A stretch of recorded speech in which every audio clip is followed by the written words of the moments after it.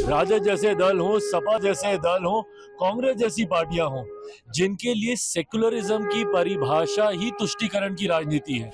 एक धर्म विशेष के लोगों की वाहवाही करते रहो, उनकी गलतियों के ऊपर भी पर्दा डालते रहो, और अगर आप उनके लिए ही कुछ करेंगे तभी आप सेक्युलर हैं। अभिव्यक्ति की आज़ादी का मतलब कतई ये नहीं है कि आप कुछ भी कहे जाएं और उसके ऊपर लोग खामोश बैठे रहें। जिस तरीके से बिना मतलब के इस विवाद की शुरुआत की गई है, हर कोई जो इतिहास का जानकार है वो जानता है कि उस दौर में औरंगजेब के शासनकाल में क्या क्या घटनाएं घटी थी, कैसी कैसी यातनाएं दी जाती थी, उनके खुद के संबंध अपने ही परिवार के लोगों के साथ क्या थे, कैसे थे।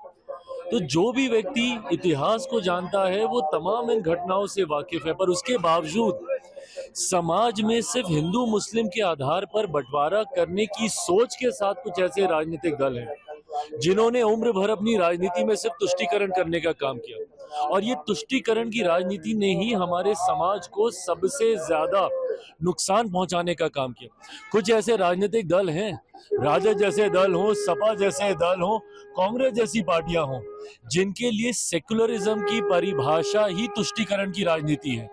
एक धर्म विशेष के लोगों की वाहवाही करते रहो, उनकी गलतियों के ऊपर भी पर्दा डालते रहो, और अगर आप उनके लिए ही कुछ करेंगे तभी आप सेक्युलर हैं। अगर समाज के एक बड़े वर्ग की अगर आप इच्छाओं को या उनकी आस्था को अगर आप सम्मान देते हैं तो ये सांप्रदायिकता हो जाती है। पर आपका सेक्युलरिज्म तब ठीक रहता है अगर आप एक धर्म विशेष के लोगों की गलतियों पर भी पर्दा डालें और उनकी वाहवाही करें, तो ये सेक्युलरिज्म है।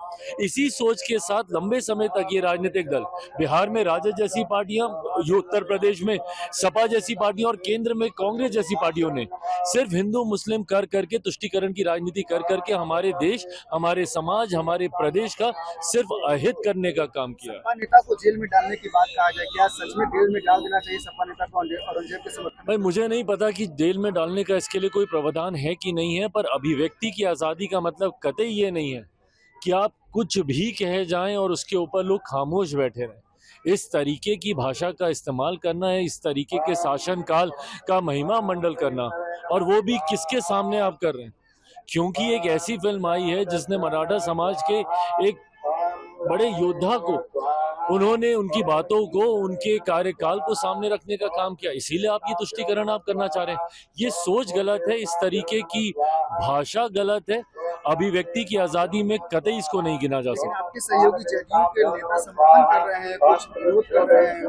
भाई मुझे नहीं पता कौन समर्थन कर रहा है, नहीं कर रहा है, बट हाँ मैं इतना मैं जरूर जानता हूँ कि जो भी पढ़ा लिखा व्यक्ति है, जो इतिहास को जानता हो, जो जानता हो कि किस कार्यकाल में क्या किया गया, टूटी फूटे इतिहास को मरोड़ परोड़ के परोसने वाले इतिहास को नहीं, जो सही इतिहास को जान रहा है वो कतई इसका समर्थन नहीं करेगा।